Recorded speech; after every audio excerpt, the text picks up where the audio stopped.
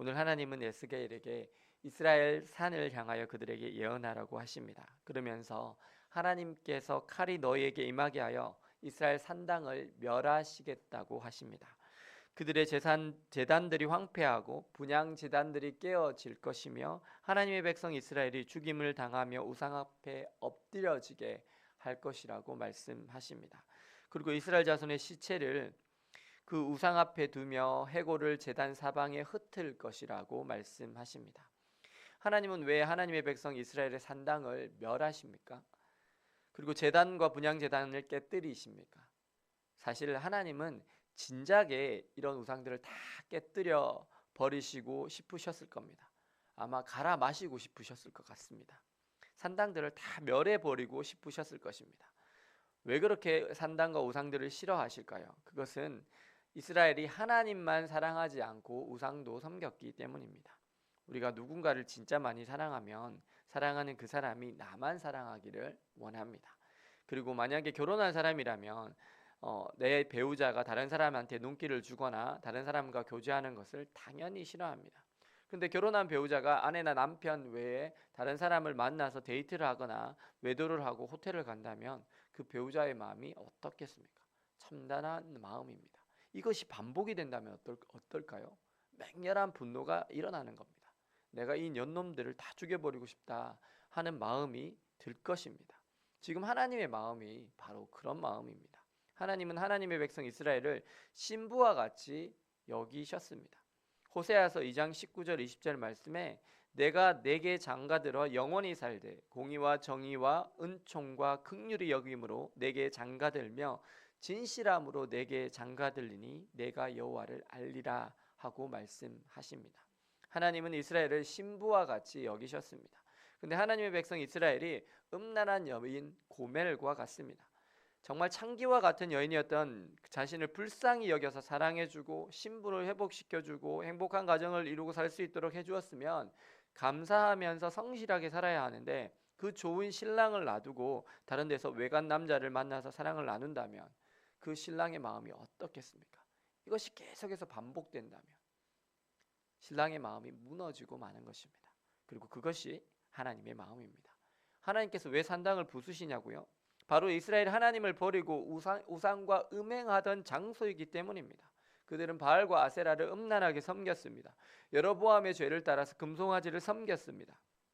그래서 하나님께서 우상들을 깨뜨리십니다. 이스라엘의 시체들을 우상들 사이에 제단 사방의 모든 나무에 있게 하시겠다고 하십니다. 질투는 무섭습니다. 그런데 그 질투를 한다라는 것은 어떤 의미가 있습니까? 그만큼 그 배우자를 내가 사랑한다라는 것입니다. 사랑하기 때문에 질투합니다. 사랑하기 때문에 그 사람이 나만 사랑하기를 원합니다. 사랑하기 때문에 배신을 반복해서 당할 때 너무나도 쓰라리고 가슴 아프고 분노가 치밀어 오르는 것입니다. 하나님은 우리를 사랑하십니다. 그리고 우리에게 은혜를 베풀어 주셨습니다. 하나밖에 없는 아들 예수 그리스도까지 아낌없이 우리를 위해서 내어 주셨습니다. 그분에게는 우리가 전부이십니다. 하나님은 우리를 순결한 그리스도의 신부로 부르십니다. 가톨릭의 사제만 신부가 아닙니다. 그리스도인인 우리 모두는 그리스도의 신부입니다. 그 하나님은 우리가 하나님만 사랑하기를 원하십니다. 근데 오늘을 살아가는 우리들은 어떻습니까? 나는 과연 하나님만 사랑하며 살고 계십니까? 하나님도 사랑하지만 돈도 사랑하지 않습니까? 하나님도 사랑하지만 세상의 성공을 바라지 않습니까? 하나님도 사랑하지만 내 자식은 무조건 성공하는 것이 최우선 아닙니까? 어쩌면 우리는 이스라엘을 닮아 있습니다. 하나님도 사랑하고 세상도 사랑하는 모습이 바로 오늘 우리들의 모습입니다. 오늘 우리는 하나님의 음성을 잘 듣고 있습니까? 주님의 경고는 우리에게 심각하게 들려주고 있습니까? 다들 그렇게 산다고요? 어떻게 하나님의 말씀대로만 사냐고요? 어쩌면 우리 역시 옛적 이스라엘과 똑같은 생각을 하고 똑같은 길을 걷고 있는지도 모르겠습니다. 요즘 전쟁들이 국제적으로 많이 일어나고 있습니다.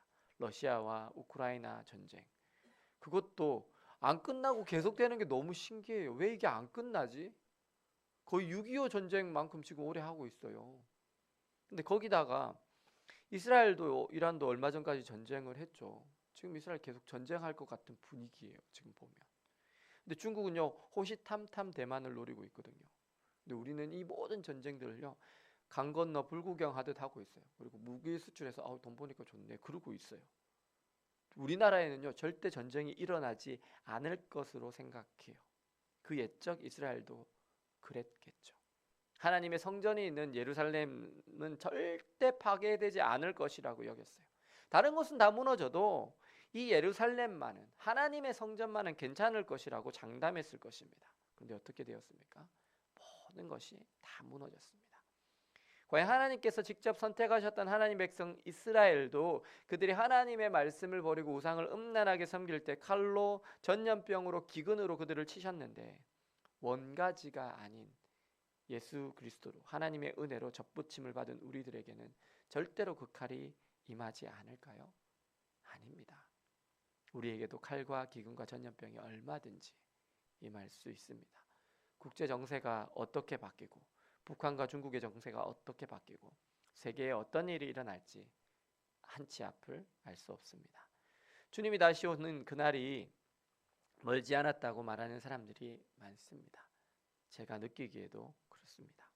오늘 우리는 주님이 다시 오시는 그 마지막 날을 잘 준비하며 살아가시고 계십니까?